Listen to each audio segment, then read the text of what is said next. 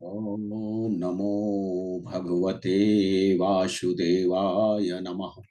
ओम नमो भगवते वासुदेवाय नमः।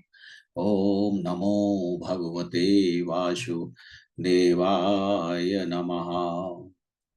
यस्यांके च विभाति भूधरसुता देवापगा मस्तके भाले भालविदुर्गले च गरलं यस्योरशिव्यालराट् सोऽयं भूति विभूषणः सुरवरः सर्वाधिपा सर्वदा सर्वा सर्वगतः शिवः शशिनिभः श्रीशंकरः पातु माम्।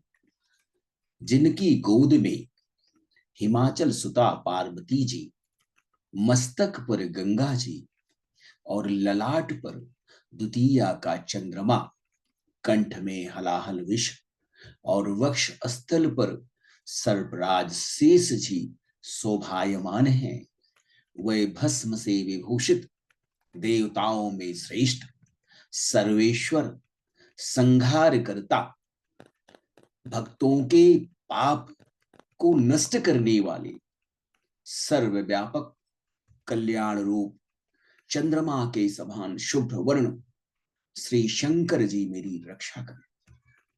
प्रसन्नतां या नगताभिषेकतस्तान् मल्मे वनवास दुःखिता मुखाम्बुषी रघुनन्दनस्य मे सदास्तु सा मंजुल मंगल प्रदा। रघुकुल को आनंद देने वाले श्री राम जी के मुखारविंद की जो शोभा, राज्याभिषेक की बात सुनकर जिन्हें न तो प्रसन्नता हुई और न वनवास के दुख से वे अप्रसन्न हुए, उस मुख कमल छवि मेरे लिए सदा सुंदर मंगल प्रदान करने वाली हो। नीलांबुज श्यामल कोमलांगम सीता समारोपित वाम भागम पाणौ महासायक चारुचापम नमामि रामं रघुवंशनाथम। नीले कमल के समान श्याम और कोमल जिनके अंग हैं, श्री सीता जी जिनके वाम भाग में विराजमान है और जिनके हाथों में क्रमशः अमोघ बाण व सुंदर धनुष है, उन रघुवंश के स्वामी श्री राम जी को मैं नमन करता हूँ, वंदना करता हूँ। श्री गुरु चरण सरोज रज निज मन मुकुर सुधारि बरनौ रघुबर विमल जसु जोदायक फलचारि। श्री गुरु जी के चरण कमलों की रज से अपने मन रूपी दर्पण को साफ करके मैं श्री रघुनाथ जी के उस निर्मल यश का वर्णन करता हूं, जो चारों फलों धर्म अर्थ काम और मोक्ष को प्रदान करने वाला है। देवी एवं सज्जनों, गोस्वामी तुलसीदास जी महाराज द्वारा विरचित श्री रामचरितमानस के अयोध्या कांड में निहित कतिपय प्रसंग आपके समक्ष प्रस्तुत कर रहा हूं। सुधी श्रोतागण, मर्यादा पुरुषोत्तम प्रभु श्री राम परम पिता परमेश्वर के मानव अवतार हैं, जो रावण की राक्षसी प्रवृत्ति का समन करने के लिए इस भूमंडल पर सनातन धर्म की पुनर्स्थापना के लिए अयोध्या नरेश महाराज दशरथ के पुत्र रूप में अवतार लिए हुए हैं। प्रभु श्री राम सामाजिक विधान एवं सामाजिक मान्यताओं का अनुपालन करते हुए सामान्य मनुष्य की भांति आचरण कर रहे हैं। वे जनक नंदिनी सीता से विवाह के उपरांत अयोध्या अपने चारों भाइयों सहित लौट आए। जब ते राम ब्याही घर आए, नित नव मंगल मोद बधाए।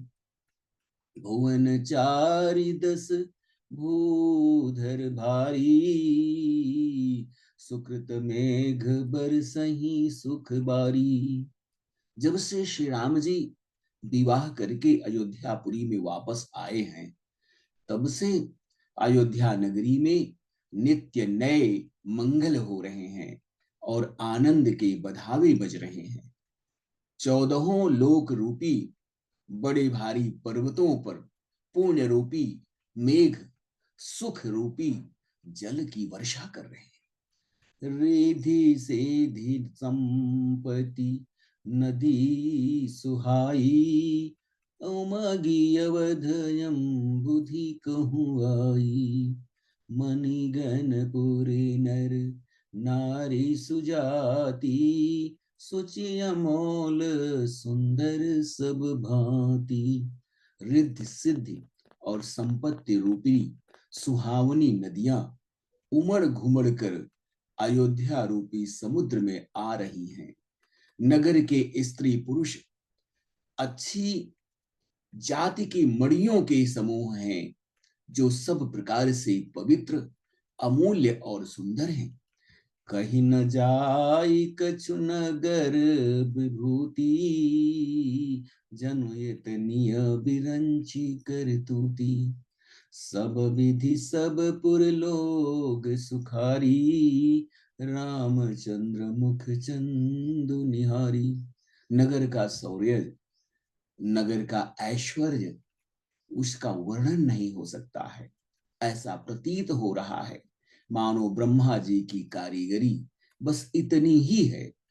सब नगर निवासी श्री राम जी के मुखचंद को देखकर सभी प्रकार से आनंदित हो रहे हैं, सुखी हो रहे हैं।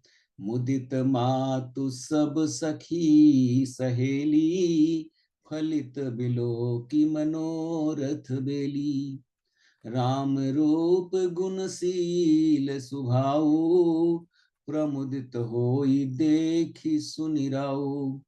सब माताएं और सखी सहेलियां अपनी मनोरथ रूपी बेल को फली हुई देखकर आनंदित हैं।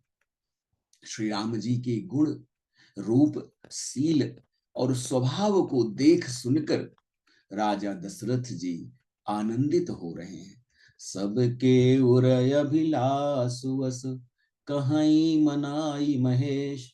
आप अछत जुबराज पद, राम ही देव नरेश। सबके हृदय में ऐसी इच्छा है, ऐसी अभिलाषा है, और सब महादेव जी को मनाकर प्रार्थना करके विनती कर रहे हैं कि राजा अपने जीवित रहते ही श्री राम जी को युवराज का पद प्रदान कर दे। एक बार सब सहित समाजा, राजसभा रघुराज विराजा। सकल सुकृत मूर्ति नर नाहु, राम सुजस सुनी अति उछाहु। एक समय रघुकुल के राजा महाराज दशरथ जी अपने संपूर्ण समाज के साथ राजसभा में विराजमान थे। महाराज समस्त पुण्यों की मूर्ति हैं। उन्हें श्री राम जी का सुंदर यश सुनकर अत्यंत आनंद हो रहा है। नृप सब राहि कृपाय अभिलाषे, लोकप करहि प्रीति रुख राखे। त्रिभुवन तीन काल जग माही, भूरि भाग दशरथ सम नाही। सब राजा उनकी कृपा चाहते हैं और लोकपालगण उनके रुख को देखते हुए, उनकी अनुकूलता को देखकर अनुकूल होकर उनसे स्नेह कर रहे हैं। पृथ्वी, आकाश, पाताल, तीनों भुवनों में, भूत, भविष्य और वर्तमान तीनों काल में महाराज दशरथ जी के समान बड़भागी, भाग्यशाली कोई और नहीं है।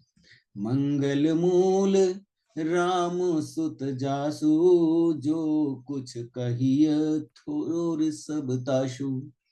राय सुभाय मुकुर कर लीना, बदन बिलो की मुकुट सम कीन्हा।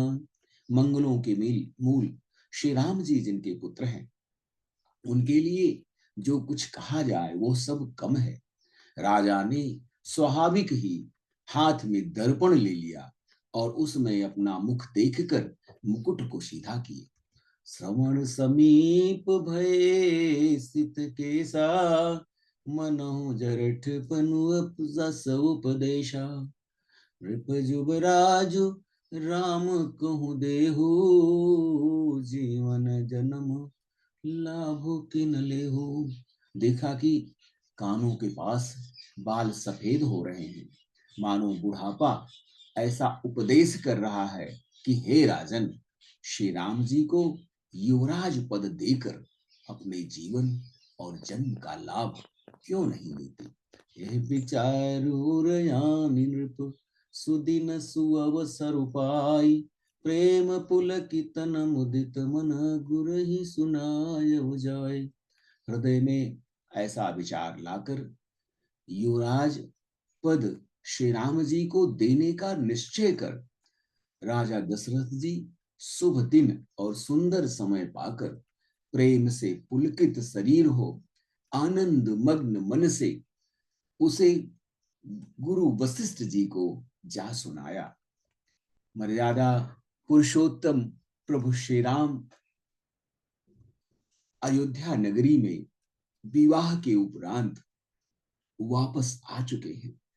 महाराज दशरथ समेत समस्त अयोध्यापुरी के निवासी अत्यंत आनंदित हैं। महाराज दशरथ अपनी प्रौढ़ावस्था को दृष्टिगत रखते हुए अपने सुयोग्य पुत्र श्री राम को राजकुमार घोषित करना चाहते हैं। उनके मन में यह विचार आया है कि श्री राम का राज्याभिषेक कर दिया जाए। यह शुभ समाचार लेकर वह अपने गुरु के पास, गुरु वशिष्ठ के पास जाते हैं। संसार में गुरु से बड़ा शुभेच्छु हित साधक कोई दूसरा हो ही नहीं सकता है। परमपिता परमेश्वर के दर्शन, उनके आशीर्वाद, उनकी कृपा प्राप्त करने का एकमात्र माध्यम इस धरा पर गुरु ही है।